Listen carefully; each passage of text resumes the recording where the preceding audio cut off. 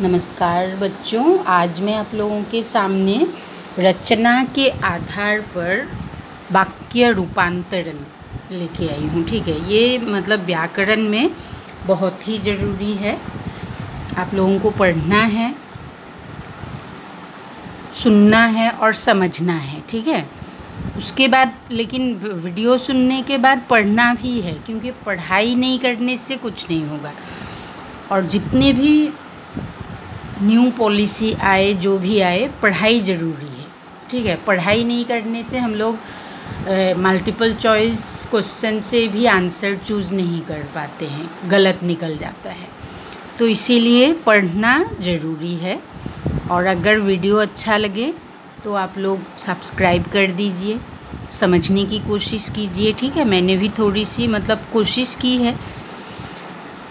तो रचना के आधार पर वाक्य रूपांतरण में क्या लिखा है देखिए। सबसे पहले तो मनुष्य एक सामाजिक प्राणी है, इसलिए अपने भावों और विचारों को प्रकट करने के लिए वह भाषा का सहारा लेता है। वाक्य भाषा की प्रधान इकाई है। निश्चित क्रम में पदों का व्यवस्थित और सार्थक रूप वाक्य कहलाता है। वाक्य एक पद का भी हो सकता है और अनेक पदों का भी हो सकता है। पद मतलब असल में शब्दों को जब हम वाक्य में प्रयोग करते हैं वो पद बन जाता है। ठीक है, अब देखिए, रुकिए, धन्यवाद, नहीं, तुम जाओ, अखिलेश अत्यंत मेधावी है। देखो यहाँ ये सब रुकिए एक शब्द का वो एक वाक्य ही है। धन्यवाद, नहीं, तुम जाओ, फिर नीचे एक वाक्य दिया है, अखिलेश अत्यंत मेधावी है। इस प्रकार स्पष्ट है कि वाक्य किसी विचार, भाव या मंतव्य को पूर्णतः व्यक्त करता है। वाक्य अपने भाव में पूर्ण तथा स्वतंत्र होता है। वाक्य पदों का वह व्यवस्थित समूह है जिसमें पूर्ण अर्थ देने की शक्ति है। देखो, फिर नीचे देखना, किसी भी वाक्य में निम्नलिखित गुणों का होना आवश्यक है। मतलब वाक्य में कुछ गुणों का होना आवश्यक है।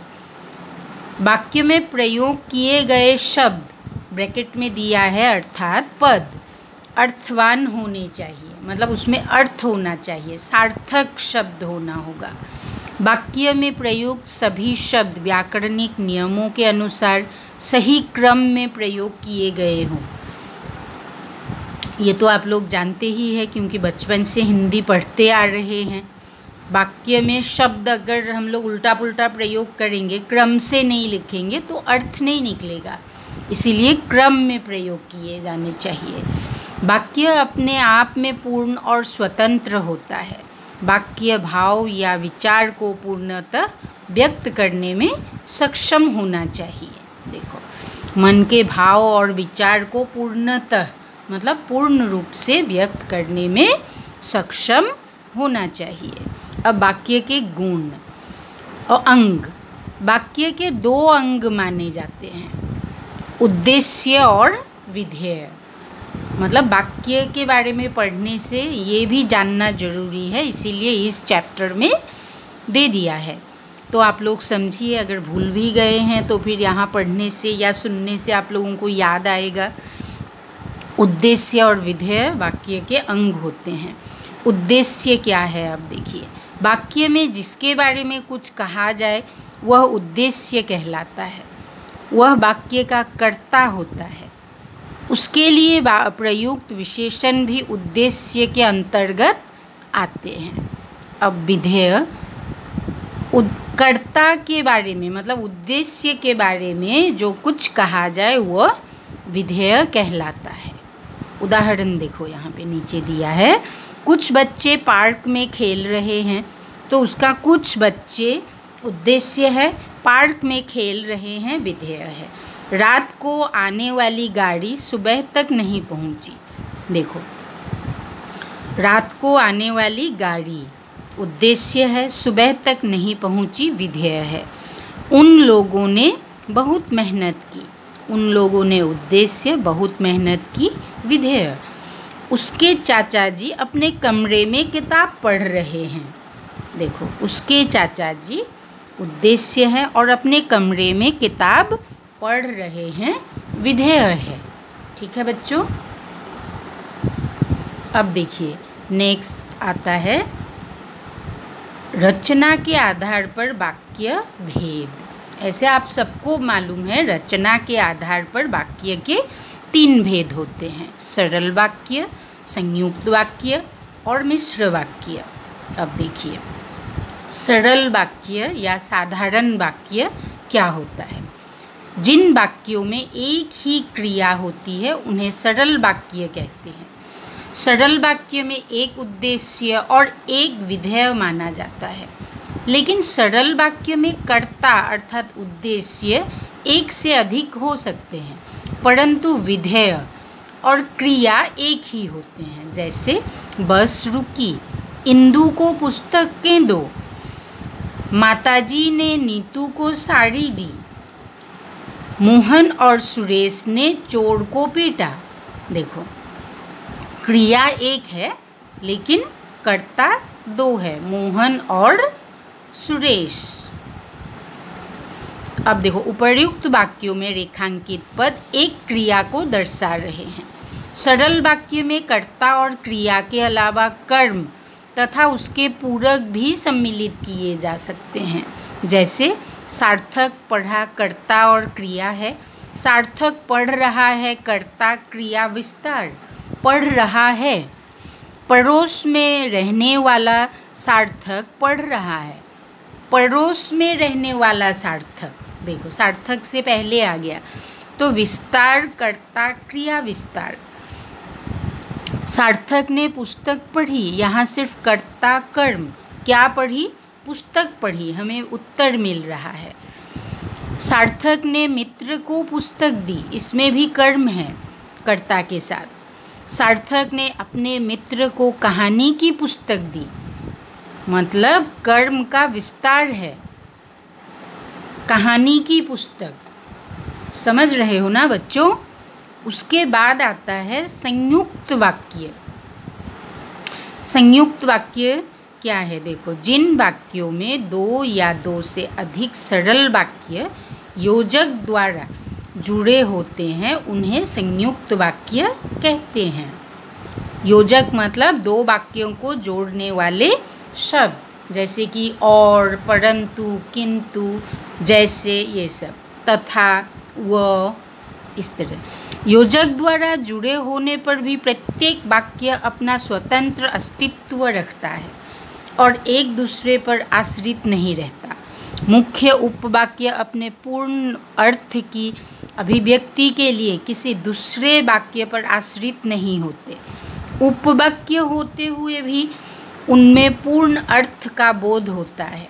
देखो संयुक्त वाक्य में उपवाक्य समानाधिकार समुच्चय बोधक अव्ययों से जोड़े जाते हैं। समानाधिकार अव्यय मतलब समान अधिकार जिसमें है, दोनों वाक्यों का अर्थ होता है और दोनों को अलग अलग करने से दोनों का अलग अलग अर्थ निकलता है। तो और, तथा, व, एवं, ये सब संयोगों से जोड़े जाते हैं। अब देखो संयुक्त वाक्य निम्नलिखित समुच्चय बोधकों द्वारा जुड़े होते हैं और इसी आधार पर इसके 4 प्रकार माने जाते हैं। संयोजक देखो और, एवं, व, तथा। तो उदाहरण देखना, बादल छाए और वर्षा होने लगी। अच्छा देखो बच्चों, अब यहाँ आता है नंबर 2 उदाहरण, मतलब संयोजक के उदाहरण। रात बीत गई अथवा सुबह हो गई। रोहन मुंबई गया, वह सतीश पंजाब। मेरी बेटी अध्यापिका है और बेटा डॉक्टर। मैंने रोती हुई महिला को चुप करवाया एवं रोने का कारण पूछा। उसके बाद आता है नंबर ख विभाजक, या, अथवा, न, नहीं तो, की। आप पहले आराम करेंगे या आपके लिए खाना ले आऊं? तुम नहीं जा सकती तो सुमित को भेज दो। ठीक से लिखा करो अथवा लिखना छोड़ दो। चुपचाप बैठो या यहाँ से चले जाओ। न तो सिद्धार्थ आया न उसने अपने भाई को भेजा। उसके बाद ग, विरोध दर्शक, मतलब यहाँ जो विभाजक है उनका भी वाक्य को जोड़ने वाले समुच्चय बोधक शब्द जो है उनका भी अलग अलग नाम दिया है। अब विरोध दर्शक में आता है पर, लेकिन, किंतु, परंतु, मगर। ने विभाजक वाला पढ़ लेती हूँ पहले। या अथवा न, नहीं तो कि। आप पहले आराम करेंगे या आपके लिए खाना ले आओ। तुम नहीं जा सकती तो सुमित को भेज दो। ठीक से लिखा करो अथवा लिखना छोड़ दो। चुपचाप बैठो या यहाँ से चले जाओ। न तो सिद्धार्थ आया न उसने अपने भाई को भेजा। ग, विरोध दर्शक, पर, लेकिन, किंतु, परंतु, मगर। वह उठा लेकिन लोगों ने उसे बैठा दिया। पिताजी आने वाले थे किंतु अब तक नहीं आए। मुझसे मिल लेना परंतु प्रतीक्षा नहीं करनी पड़ेगी। मैं भी आपके साथ चलता मगर मेरा स्वास्थ्य ठीक नहीं है। सोनम गरीब है परंतु ईमानदार है। उसके बाद आता है परिणाम बोधक।